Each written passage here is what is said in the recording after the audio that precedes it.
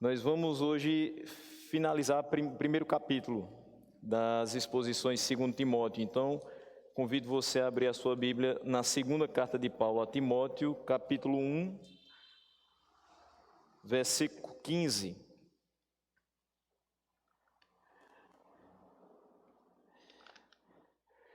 Eu particularmente não acredito em coincidência. Eu acho que todas as coisas, tenho certeza, todas as coisas estão dentro do propósito de Deus. E é a nossa terceira semana expondo essa carta e não podia ser mais propício, porque é a parte menor do capítulo, quando a gente precisa realmente reservar um tempo para a ceia do Senhor. Mas a minha oração nessa manhã é que nesses 4 versículos a gente consiga também retirar boas lições para a nossa vida. Vamos fazer a leitura 2 Timóteo 1, 15 a 18. Que na minha Bíblia tem o seguinte subtítulo: a situação do apóstolo preso e o procedimento de alguns de seus colaboradores. E ele diz: estais ciente de que todos os da Ásia me abandonaram, dentre eles cito Fígelo e Hermógenes. Conceda ao Senhor misericórdia à casa de Onesíforo, porque muitas vezes me deu ânimo e nunca se envergonhou das minhas algemas. Antes, tendo ele chegado a Roma, me procurou solicitamente até me encontrar. O Senhor lhe conceda naquele dia achar misericórdia da parte do Senhor. E tu sabes melhor do que eu quantos serviços me prestou ele em Éfeso. Que o Senhor nos encaminhe nessa exposição e que a gente consiga realmente extrair aquilo que de mais precioso a gente pode ter no coração a partir dessas palavras. Meus irmãos, é fato que a gente vem numa trajetória em que Paulo está falando de dificuldades. E há quem diga que é justamente nas dificuldades que a gente conhece quem são os nossos amigos. E é um pouco disso que a gente consegue perceber nesse trecho da carta. É nas dificuldades que a gente sabe quem está com a gente, quem não está. Quem tem mais resistência a essas dificuldades e quem sai de cena na primeira. É a partir das dificuldades que a gente sabe até que ponto a gente é crente ou não. É a partir das dificuldades que a gente sabe se a nossa confiança está realmente depositada em Deus e ela segue inabalável ou se ela é frágil como o vento que bate e rapidamente a gente nem percebe que ele veio. E quando Paulo fala a Timóteo nessa parte, ele está mostrando a ele a necessidade da fidelidade. Então, apesar de termos um subtítulo, a situação do apóstolo preso e o procedimento de alguns de seus colaboradores, ou seja, um resumo do que ele vai falar, mas eu resumiria isso aqui, esses 4 versículos, em um incentivo à fidelidade. E como é que eu posso incentivar alguém a ser fiel? Primeiro, apresentando a ele o que não é fidelidade. Em segundo, mostrando como ele deve agir para ser considerado fiel. E como ele deve agir para que essa fidelidade não simplesmente seja para o louvor dele, que na realidade não é para isso, mas para que essa fidelidade seja para o louvor da glória de Deus. Então, no versículo 15, ele começa falando: estais ciente. Timóteo sabia perfeitamente do que estava acontecendo na vida de Paulo. Porém, aqui ele reforça. Uma coisa é eu saber o que está acontecendo na sua vida. Outra coisa, totalmente diferente, é eu saber que impactos isso tem causado em você. Eu posso saber que alguém tem padecido necessidades e dizer: aquela pessoa precisa de comida, aquela pessoa precisa de um certo recurso financeiro para pagar algumas contas, mas será que é só isso que ela precisa? Qual é o impacto da necessidade financeira, da necessidade de alimentos na vida dela, na confiança dela em Deus? Às vezes eu posso saber que uma pessoa está tendo uma crise conjugal. Mas o que isso reflete nas demais questões? Será que a criação dos filhos vai ser afetada porque pais estão se separando? Certamente. E a sua fé em Cristo? Como vai ser relacionada num momento tão difícil? Será que ainda dá para juntar os cacos e dizer, dá para seguir em frente mais um pouquinho? Deus vai ajudar a gente. Será que ainda existe espaço para isso? São muitas as questões. A gente não sabe exatamente o que se passa no coração do outro. E ainda bem, porque senão a gente mudaria de tratamento dependendo de como a gente visse o coração do outro. E o importante é que a gente seja fiel, independente das circunstâncias que o outro passa. Que a gente sempre esteja disponível a estar tratando com as outras pessoas. Paulo estava sempre disponível a tratar com os outros e a ensinar a palavra de Deus, independente das suas algemas, independente das suas perseguições, independente das suas necessidades. E aqui a gente vai falar de um homem que tratou de atender às necessidades de Paulo. E não eram poucas. Mas ele precisava passar isso adiante. Não ia adiantar tanto, adiantaria, mas não tanto, se somente Paulo fosse fiel. E os seus companheiros de batalha? E os seus fiéis colaboradores? Que não eram simplesmente colaboradores dele, mas de Deus. Eles precisavam também demonstrar fidelidade. Eles precisavam estar firmes quando todas aquelas questões que estavam na vida de Paulo também se aproximassem da vida deles.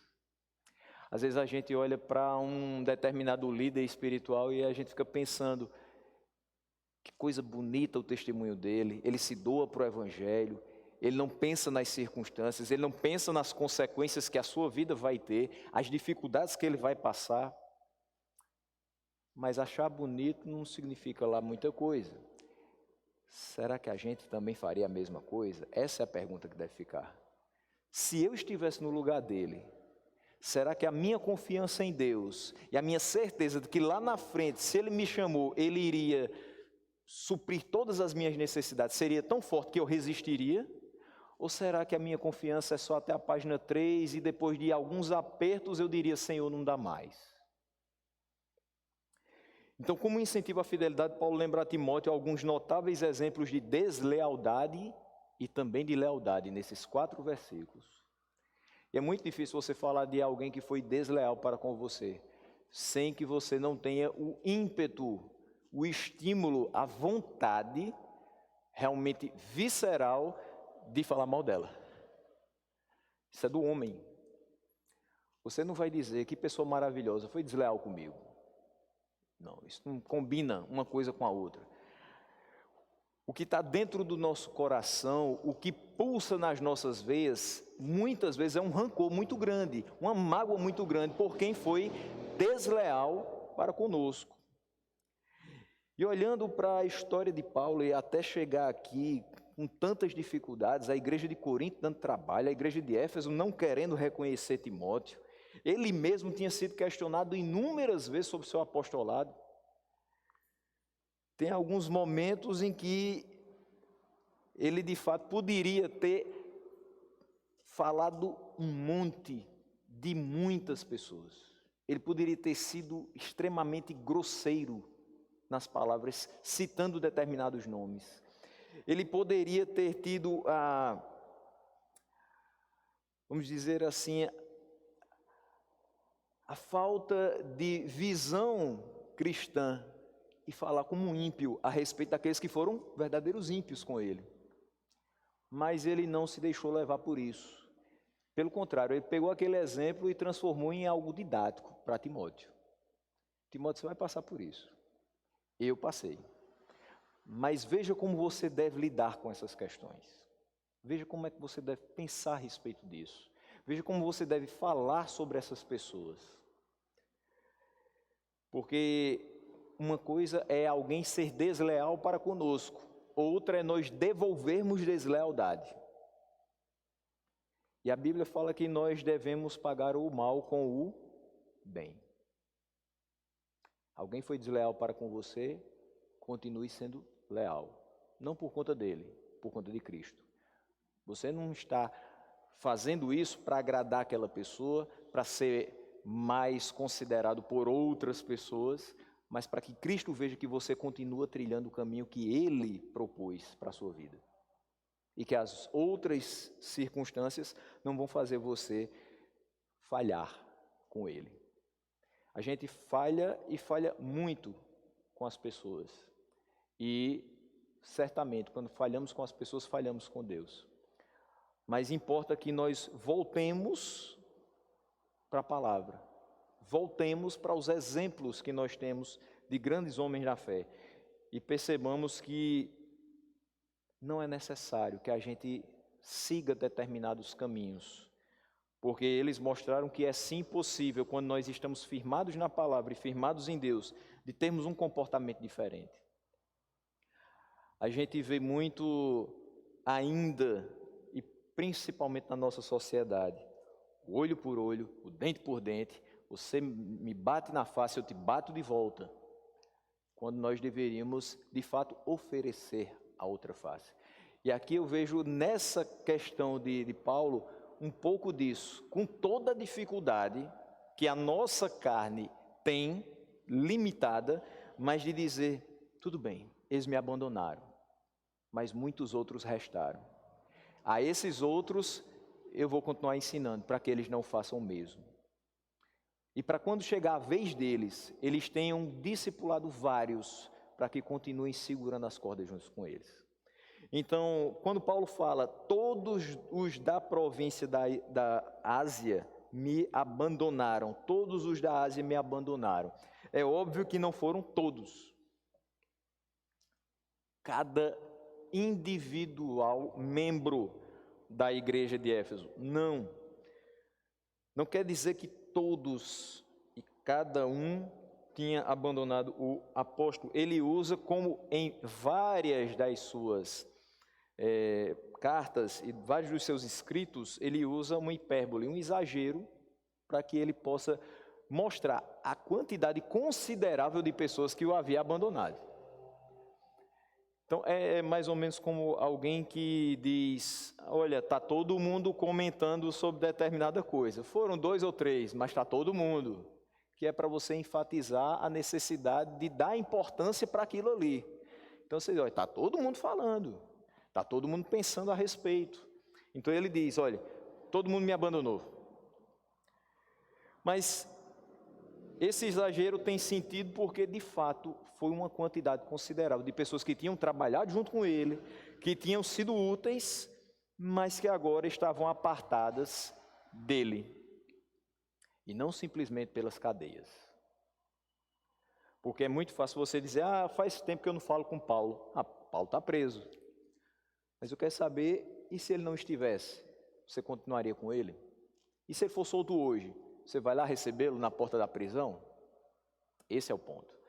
Então, é provável que os cristãos na Ásia tenham cortado relações com Paulo porque eles souberam que Paulo foi preso. E aí uma palavra que está em todo o capítulo 1. Eles se envergonharam das suas algemas. Os da Ásia se afastaram de Paulo porque se envergonharam das suas algemas. Mas Paulo não era um líder tão importante, agora ele é um preso. Preso religioso, mas preso. E isso tem uma força muito grande. É tanto que, semana passada eu citei, quando um líder espiritual é preso, os seus assistentes, aqueles que estão andando junto com ele, naturalmente e consequentemente recebem também a vergonha da prisão. Os de Paulo, que está preso, não tem nada a ver com o caráter de Paulo. Mas também não tem nada a ver com o nosso caráter e sempre somos citados como os cristãos, como os evangélicos. Você vê quando alguma coisa acontece e algum de nós é preso, eles citam logo que nós somos cristãos. Foi preso determinado cidadão, tantos anos, pastor evangélico. Tem que citar, que é para a vergonha ser maior. Aí vamos procurar qual é a igreja dele. Quais são as pessoas que estão com ele? Elas naturalmente vão receber a mesma vergonha daquela prisão. Porque são as pessoas que fazem parte da igreja tal, do pastor tal, que está preso. E assim aconteceu com aquele povo. Só que a reação deles foi: vamos nos afastar, Paulo está preso, não há nada mais para fazer, vamos ficar longe dele, para que isso não recaia também sobre nós. E poderia acontecer isso. Então, há uma questão, a razão provável para que eles tenham abandonado Paulo é que eles temiam pela própria segurança. O governo de Roma estava atrás de todos aqueles que estavam propagando a fé. Então, se você fosse um ministro do Evangelho, ou se você estivesse andando junto com um, provavelmente você seria um preso em Roma. Todos aqueles que estivessem ligados à fé cristã estavam sendo procurados. Não faz parte da época de Paulo, mas a gente lembra muito daqueles filmes de faroeste, onde nos postes eram colados os avisos: procurado. Era mais ou menos isso que acontecia, só que era no boca a boca. Eu sei que fulano é cristão, eu vou denunciar para o governo de Roma, porque se eu ficar omisso, quem responde sou eu. Então, se eu sei que existe um cristão, se eu sei que existe alguém pregando o evangelho, pregando essa palavra e convertendo outras pessoas, eu preciso agir, porque é assim que o governo está pedindo, é assim que ele está agindo. Então eu vou ser um com ele para não ser contra ele. Tem alguma coisa muito parecida com o que a gente vive. Se eu não sou a favor de você, eu sou contra você. É a forma mais fácil de você tentar convencer alguém a mudar de opinião. Eu não quero ser contra ninguém, eu quero ser amigo de todo mundo. Entenda, ser amigo de todo mundo, e aí eu não estou falando só pessoas, eu estou falando ser amigo do mundo, é ser inimigo de Deus. Se você tenta não contrariar a opinião de outras pessoas com o discurso do Evangelho, certamente você estará contrariando Deus, que te ordenou pregar esse Evangelho. E isso não vai ser nada produtivo para a sua vida. É preferível que a gente perca amigos, que não eram tão amigos assim, mas fique do lado daquele que é nosso amigo todo o tempo. Então, os que mais mostraram infidelidade ao apóstolo Paulo vão ser citados nominalmente. Daqui a pouco eu vou fazer uma observação sobre isso, porque a igreja ainda continua muito melindrosa com nomes. Mas esse é um ponto que deve ser citado nesse texto. Então, Fígelo e Hermógenes, nomes tão difíceis e que de fato a gente não escuta em local algum do Novo Testamento ou do Antigo. Essas pessoas não são mencionadas em nenhum outro lugar, apenas nesse texto. E o fato de Paulo tê-los mencionado aqui é provavelmente uma indicação de que ele havia contado com essas pessoas. São pessoas próximas que eu conheço pelo nome. São pessoas que estavam do meu lado, pessoas que contribuíram para aquilo que eu estava fazendo em prol do Evangelho. E aparentemente Timóteo sabia quem eram essas pessoas e o que elas haviam feito. Quando a gente vê aqui, ele diz: dentre eles eu cito Fígelo e Hermógenes.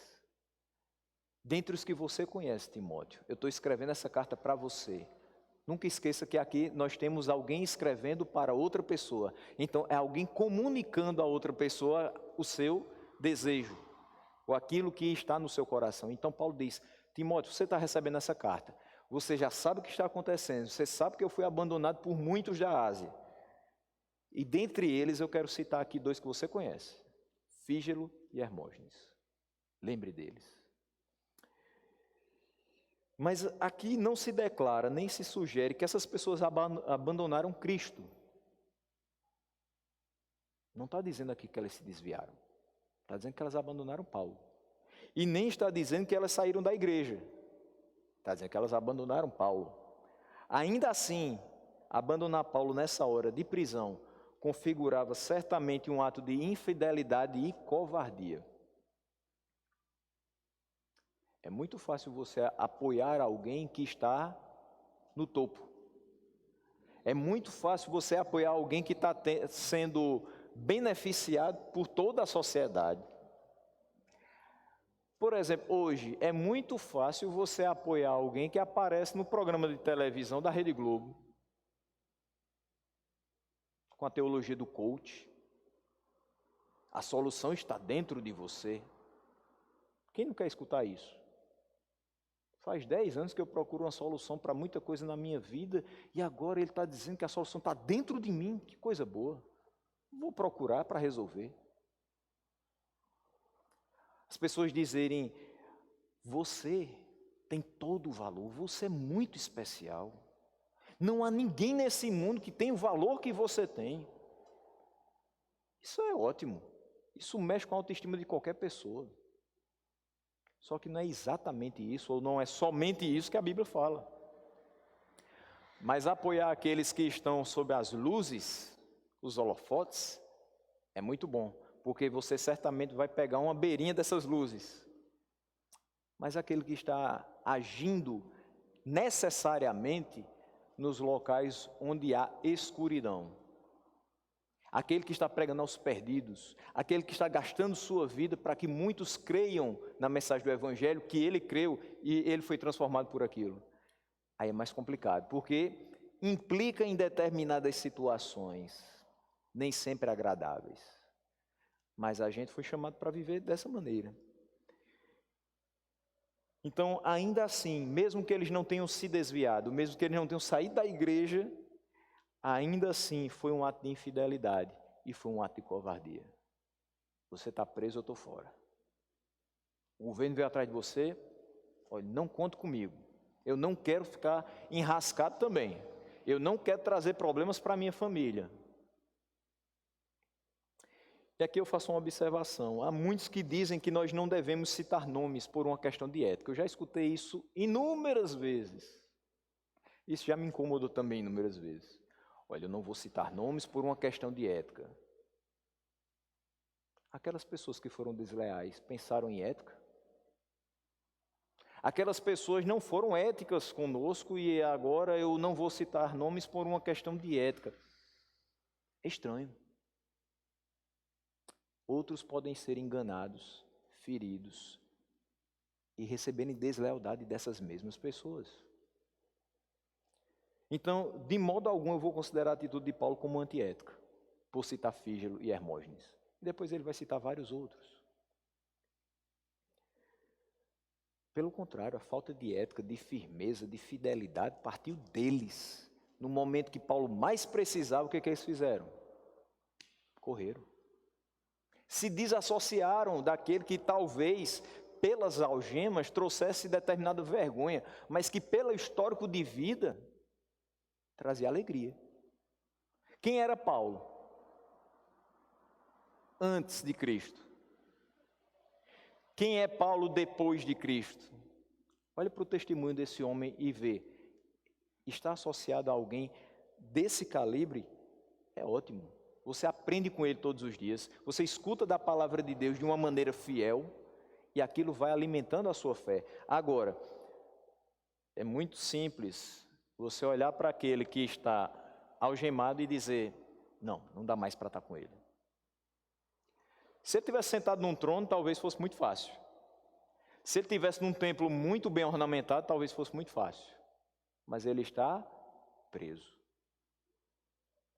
E aí é quando a gente mais precisa mostrar a firmeza desse evangelho.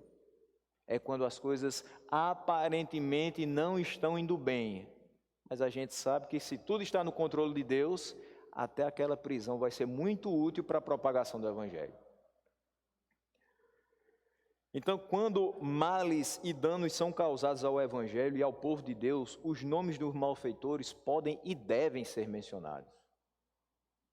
Eu estou dizendo que isso seja feito no púlpito, não desabafo de púlpito, mas eu digo que entre a comunidade pode e deve ser mencionado. Para quê?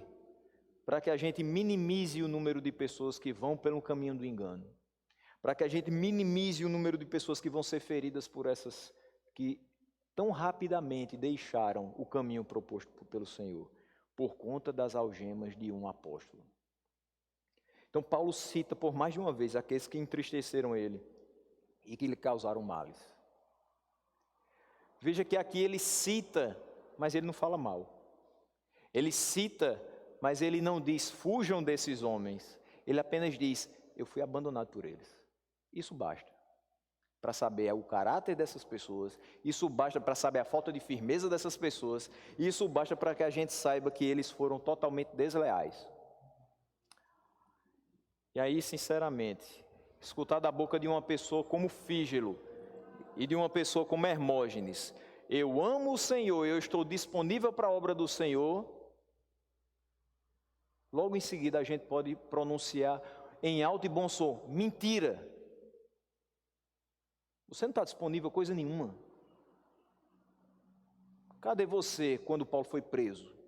Você ficou fazendo a obra junto com Timóteo? Não. Você ama o Senhor, mas você não ama o encarcerado, prisioneiro do Senhor, que está lá.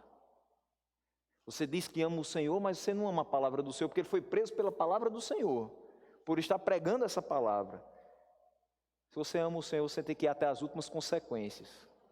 Não está preparado para isso? Então, engula suas palavras. Não fale mentiras. Não seja falso. Não seja desleal. Só fale aquilo que realmente você tem condição de segurar até o fim, para que a palavra de Deus não seja envergonhada. E para que o Evangelho continue a ser propagado, apesar de todas as dificuldades. E aí nós temos os 3 últimos versículos, e eu vou comentá-los todos de uma vez. Quando tem, conceda ao Senhor misericórdia à casa de Onesíforo, porque muitas vezes me deu ânimo e nunca se envergonhou das minhas algemas. Por isso que eu fiz questão de dizer, os da Ásia se envergonharam das algemas de Paulo. E ele diz que Onesíforo e a sua casa não se envergonharam de maneira alguma das suas algemas. Antes, tendo ele chegado a Roma, me procurou solicitamente até me encontrar. O Senhor lhe conceda naquele dia achar misericórdia da parte do Senhor, e tu sabes melhor do que eu quantos serviços me prestou ele em Éfeso. Então, em contraste com a deserção da maioria, Onesíforo, que significa portador de proveito, tinha vivido à altura do seu nome. Ele realmente era portador de muitas coisas boas, não somente para Paulo, mas para aqueles que estavam na sua comunidade. E ele atendeu às necessidades de Paulo na prisão. A gente também já citou semana passada a respeito de como é, de fato, vergonhoso você ir até um presídio para visitar, mesmo que seja um parente seu. Você vai porque você ama aquela pessoa. Você vai porque você não vai abandonar aquela pessoa. Você não pode fazer como esses da Ásia fizeram. Mas você passa por inúmeros constrangimentos nos momentos que você está adentrando aquele espaço. Mas você passa por esses constrangimentos em amor àquela pessoa, para cuidar daquela pessoa, para ver aquela pessoa, para saber como as coisas estão, para continuar dando força para que ela resista e, finalmente, quando ela sair, ela não seja como os demais, mas que a sua mente continue dizendo, quando eu sair, tudo será diferente. Porque também é muito fácil, uma vez que você entra, se acostumar com o ambiente. E se perder, de fato. Mesmo que você tenha sido preso injustamente, mas o ambiente e a ocasião não são as favoráveis para que você continue pensando corretamente a respeito da sua vida. Então, quando chegou a Roma, Onesíforo tinha pelo menos 3 opções. O comentarista William MacDonald aponta essas 3 opções. Uma vez que ele sai em direção ao local da prisão de Paulo, ele poderia primeiramente evitar contato com cristãos. Dizer, eu sei que em Roma os cristãos estão sendo perseguidos. Eu sei que em Roma quem propaga a fé cristã está sendo preso. Paulo está preso. Então, para que eu não seja preso, eu vou evitar contato com os cristãos. Eu sei que em determinado local lá da cidade tem vários cristãos se reunindo. Eu não vou lá. Eu sei que perto de determinada localidade tem uma casa de cristãos. Eu também não vou lá. Apesar de saber que se eu chegar em qualquer uma das casas de cristãos, talvez eles até me conheçam e possam me dar algum tipo de auxílio, eu não vou. Eu vou evitar contato com os cristãos. Mas não foi isso que ele fez. Uma segunda opção que ele tinha era encontrar com os cristãos secretamente. Dizer, olha, eu estou aqui para ajudar Paulo, eu preciso da ajuda de vocês, eu preciso saber onde é que Paulo está. Eu não sei. Mas a gente tem que se encontrar em secreto. Ninguém pode saber que eu estou aqui. Mas Onesíforo não foi o agente secreto. Ele escolheu a terceira opção, que era se expor ao perigo, ao visitar com muita ousadia Paulo na prisão. E veja que ele simplesmente percorreu as prisões de Roma até encontrar com Paulo. Ele não sabia onde Paulo estava, mas ele foi até encontrá-lo. Imagina ele chegando numa prisão e perguntando: aquele senhor, Paulo, ele está preso aqui? Acho que os guardas perguntariam: o que é que você quer com ele? Você é associado a ele? Você é da família dele? Você é da igreja dele? Olha o risco que ele corria. Mas ele não descansou até encontrar com o apóstolo. Por quê? Porque ele não se envergonhava das algemas do apóstolo. Ele não se envergonhava por estar associado a um apóstolo algemado e diligentemente ele investigou as prisões até encontrar. Que essa atitude revela o coração solícito daquele irmão e nos deixa também uma lição na obra de Deus, mais que alguns outros fatores também importantes. Nós precisamos da solicitude dos irmãos, ou seja, da disponibilidade em fazer acontecer o que Deus nos ordena. E aí isso não pode ser da boca para fora, tem que agir. Onesíforo vai até Roma e alguém diz: vá em paz, eu vou ficar orando por você. Às vezes, o eu vou ficar orando por você não é suficiente, você tem que ir junto, você tem que ajudar, você tem que colocar a mão na massa, porque as coisas precisam ser feitas, porque Deus assim ordenou. Lembra uma coisa bem simples do nosso dia a dia, mas que a palavra fala. Alguém bate na tua porta com muita fome, você diz: vá em paz, eu vou orar por você. Outra pessoa vai lhe dar comida, você tem. Não é assim que a gente deve agir. Eu tenho pouca coisa, mas o que eu tiver, eu vou lhe dar. E vou continuar orando por você, para que outra pessoa possa lhe dar mais. Essa a atitude. Mas eu preciso ter disponibilidade no meu coração. Eu preciso ser solícito. Eu preciso realmente me apresentar.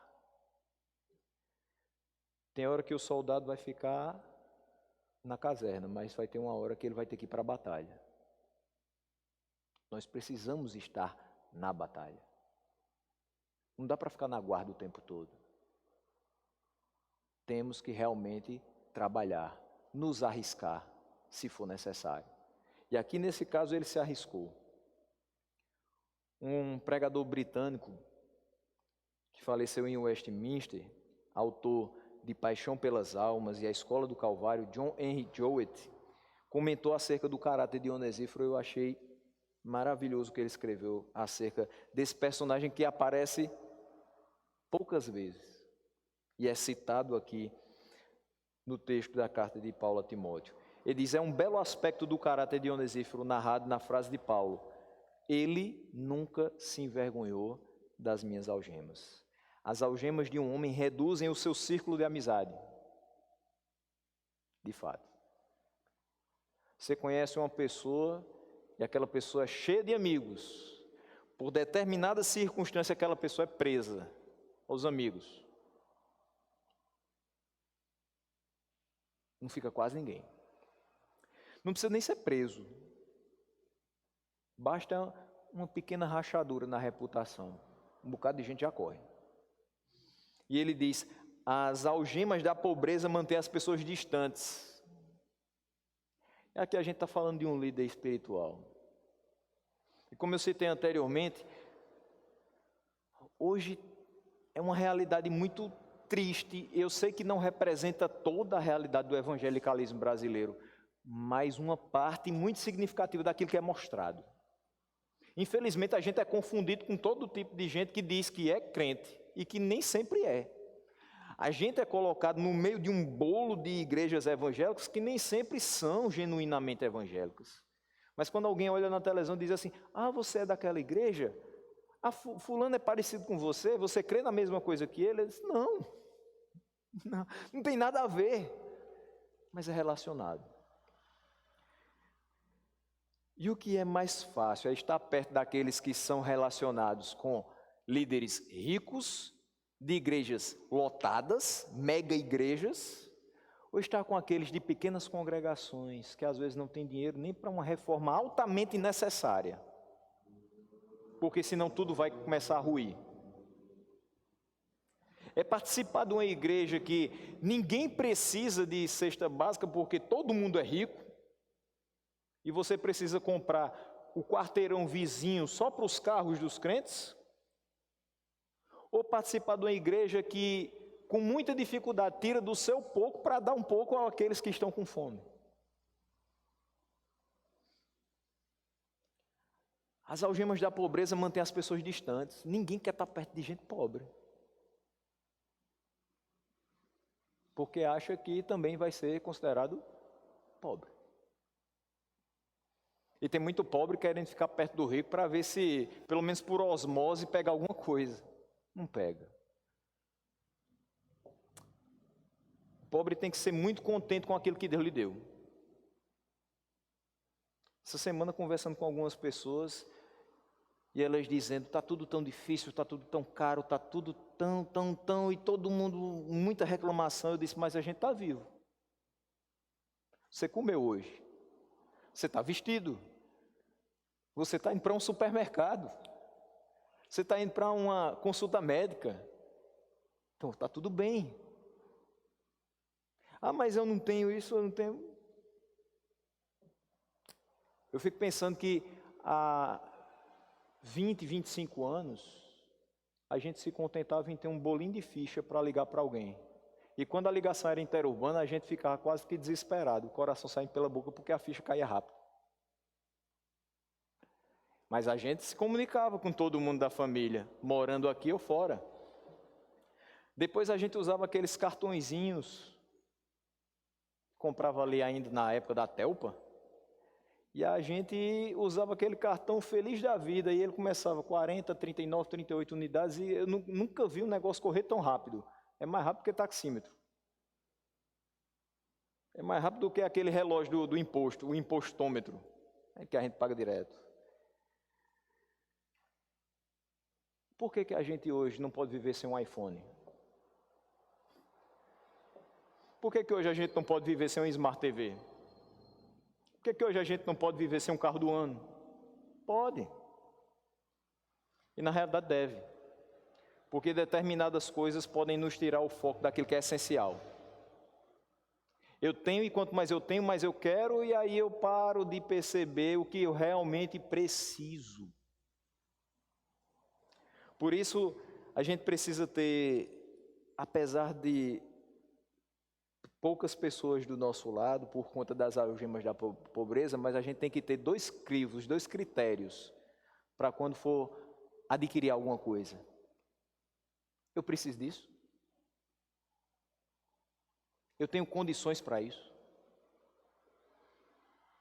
Não adianta a gente comprar aquilo que não pode, para agradar quem a gente não conhece, e pagar com dinheiro que a gente não tem. E ele diz o seguinte: as algemas da pobreza mantêm as pessoas distantes, assim como as algemas da impopularidade.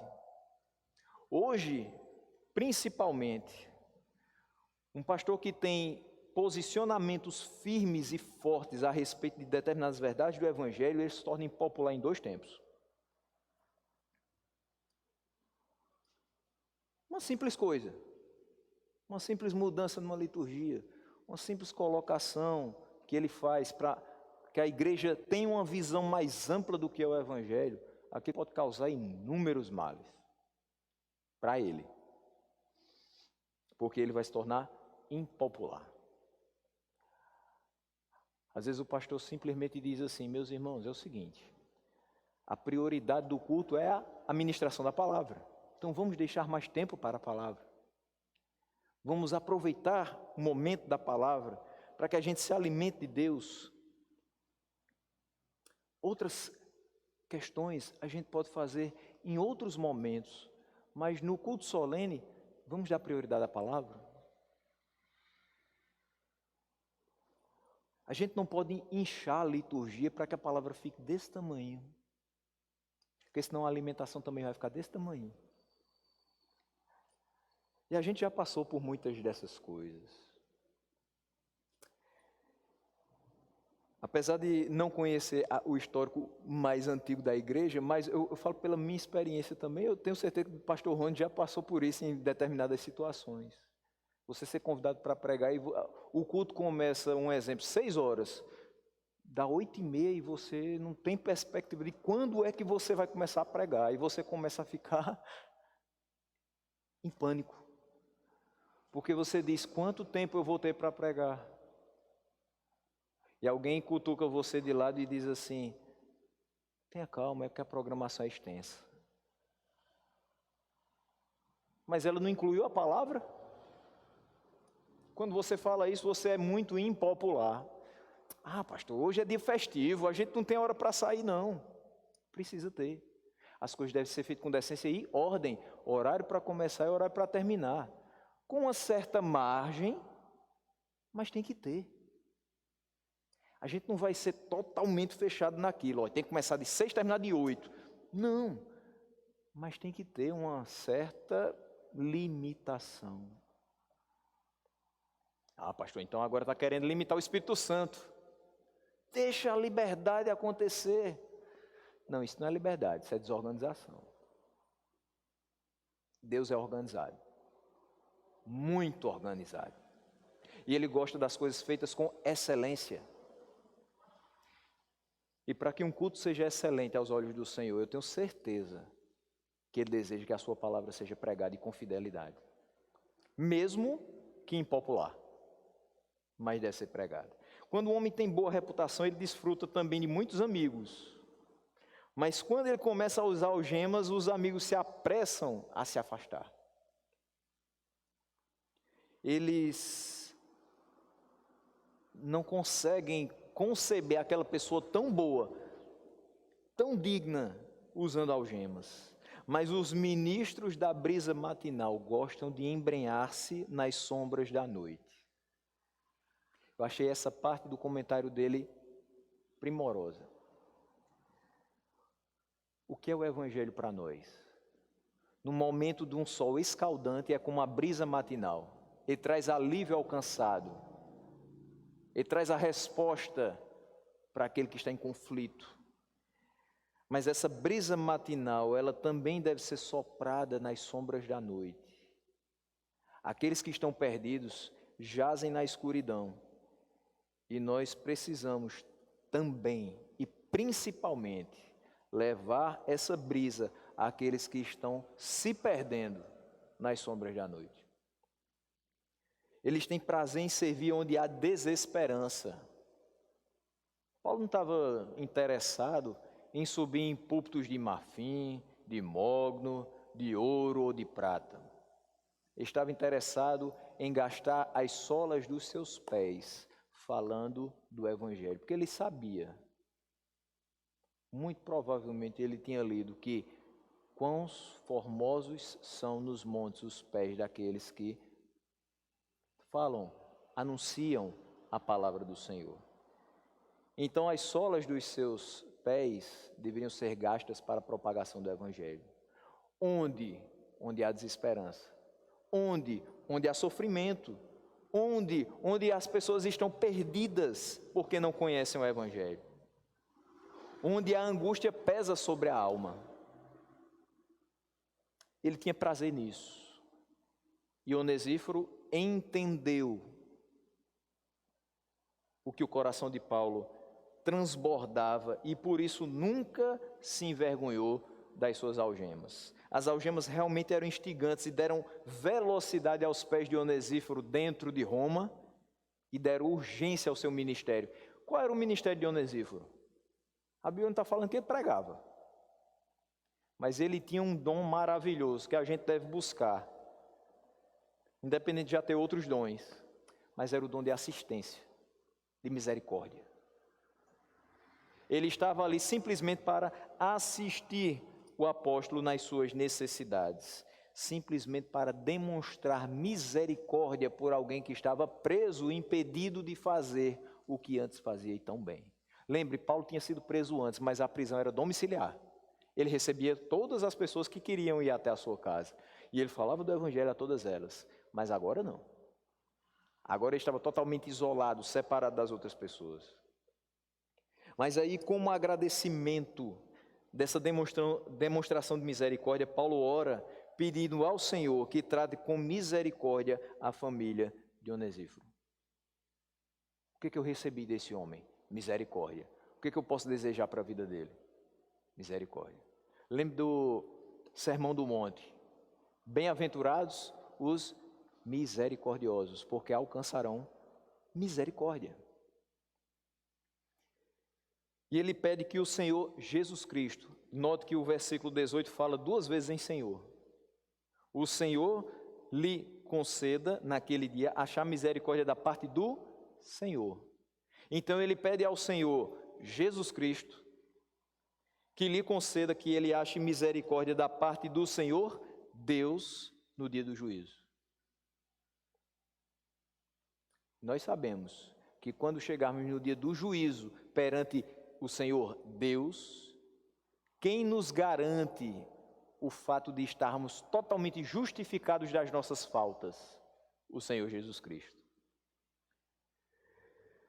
Além disso, o ministério desse homem em favor do apóstolo foi tão somente o clímax do seu serviço. Timóteo sabia que aquele homem estava trabalhando incessantemente pelo evangelho há muito tempo. Ele diz: tu sabes melhor do que eu, você conhece, você convive com ele, você sabe melhor do que eu quantos serviços ele me prestou em Éfeso, o quanto ele foi útil. Então ele sabia muito bem quão valiosa assistência ele tinha prestado aos cristãos de Éfeso. Onesíforo tinha uma história de auxílio prestado em favor do evangelho naquela cidade. Talvez para nós ele não tenha tanta importância, porque ele não aparece muito na história da igreja, porque ele aparece pouquíssimo nos livros do Novo Testamento, porque talvez o seu nome não seja nem tão fácil da gente memorizar. Mas esses anônimos,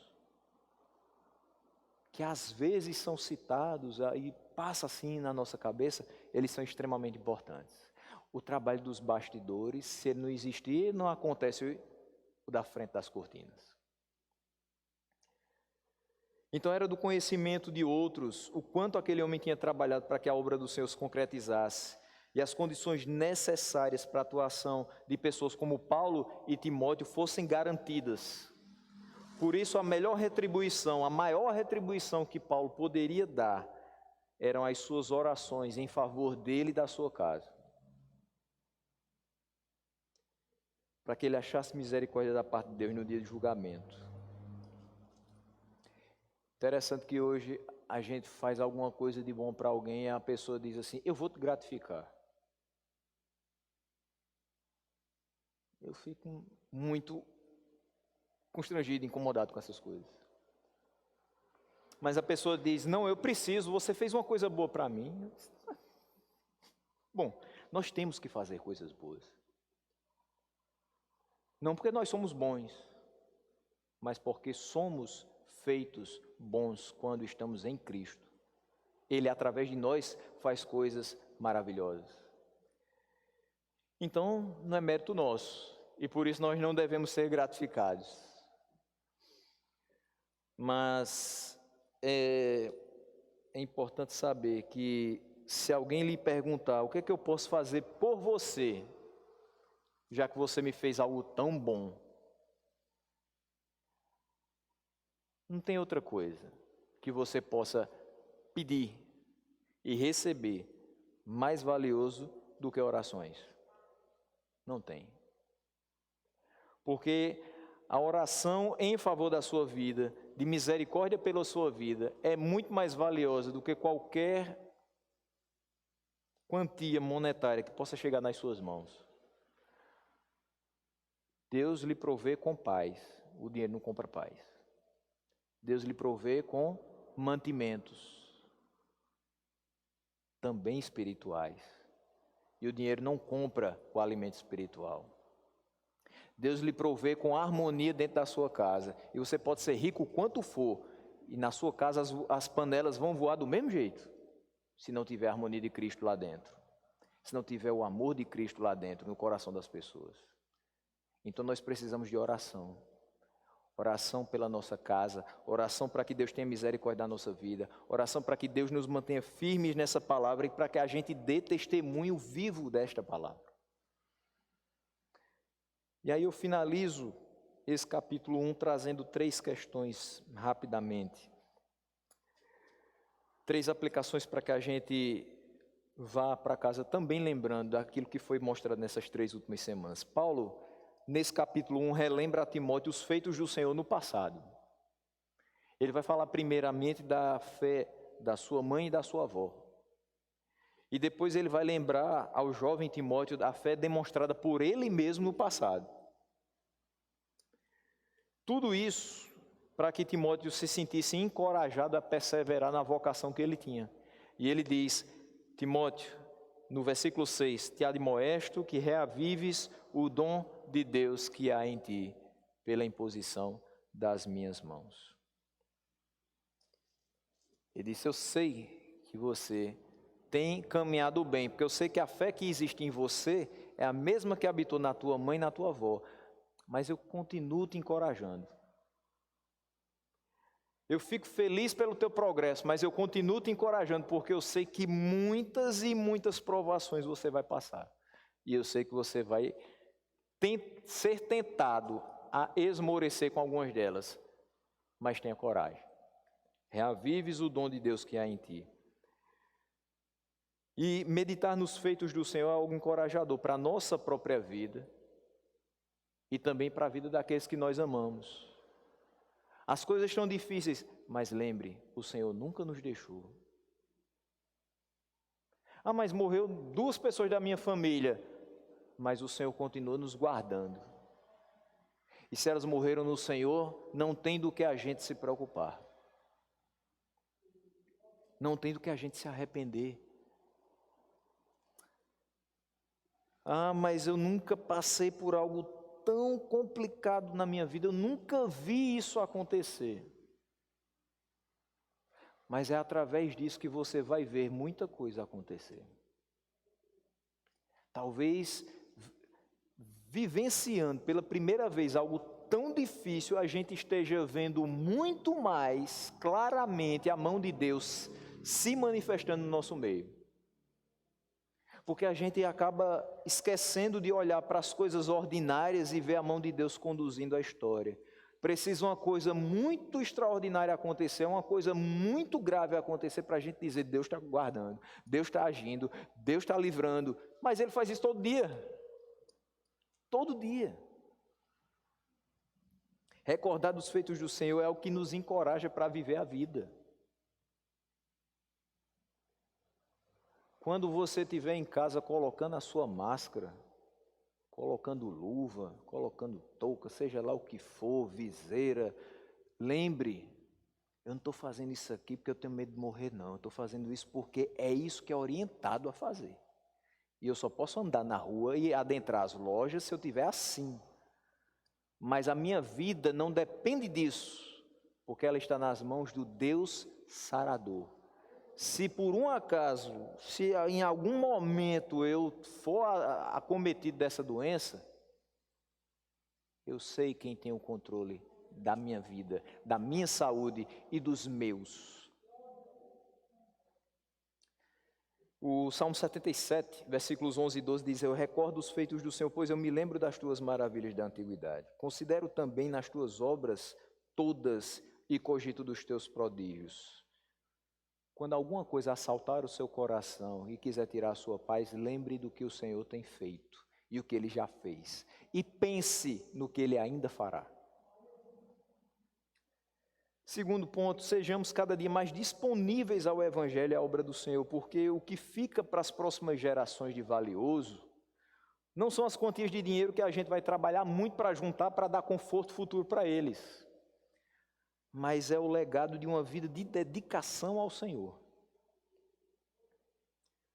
que ela pode até não promover o conforto na terra, mas é como se comporta na terra aqueles que são verdadeiramente cidadãos dos céus. Ah, mas eu tenho que correr porque está vindo aí a segunda geração, como é que meus filhos vão se conduzir se eu não trabalhar e não juntar dinheiro para a educação deles, e como é que vai ser? E às vezes a gente se prende muito à questão do aqui e agora. Mas, entenda, é importante a gente se preocupar com a educação acadêmica de filhos. É importante a gente se preocupar em, se for possível, prover um plano de saúde para a nossa família. É importante a gente se preocupar em ter um pouco mais de conforto dentro da nossa casa. Nada disso é ilícito. Mas a maior preocupação que a gente deve ter é: o nosso coração está voltado para Deus? Eu tenho ensinado meus filhos para que eles realmente sejam servos do Senhor? A minha maior alegria não vai ser um anel no dedo dele, não vai ser um diploma na parede da minha casa. A minha maior alegria vai ser saber que ele é um servo do Senhor, é uma serva do Senhor, e que eu fiz aquilo que Deus me comissionou para fazer. Pregar o tempo todo para ele. Ensiná-lo no caminho, caminhando junto com ele, para que quando ele for velho, ele não se aparte do Senhor. E por último, observe como o apóstolo orava por Timóteo dia e noite. Dia e noite, ele diz: eu me lembro das tuas lágrimas, eu me lembro de tudo que você fez através dessa fé não fingida que você tem. Eu me lembro de tudo o que me alegrou através de você. E eu oro por você dia e noite. Paulo tinha oração em grande estima. Grande estima. E nós vemos isso em várias partes, por todas as suas cartas. Não tem uma carta de Paulo que ele não cita a oração. Que ele não fale de oração. Que ele não exalte a oração. Ele orava com muita frequência. Pois ele cria no Deus que ouve as orações. Por isso, sempre que ele pensava em Timóteo, ele orava. Hoje a gente nem pode tanto dizer assim: rapaz, pensei em você, vim fazer uma visita. Mas eu posso dizer: pensei em você, orei pela sua vida. Paulo cria no Deus que usa soberanamente as orações do seu povo para lidar com a humanidade. Nós precisamos crer no poder das orações e no poder do Deus que ouve as nossas orações. Então, nessa manhã, eu concluo fazendo com que nós lembremos e tragamos isso como uma grande verdade para a nossa vida. Oremos mais. Oremos pelas autoridades. 1 Timóteo fala sobre isso também. Oremos pelos nossos líderes espirituais, pelos nossos pastores. Oremos pelos nossos irmãos.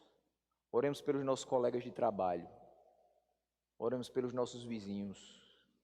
Oremos pela nossa família. E para que Deus tenha misericórdia também da nossa vida. A oração é fundamental.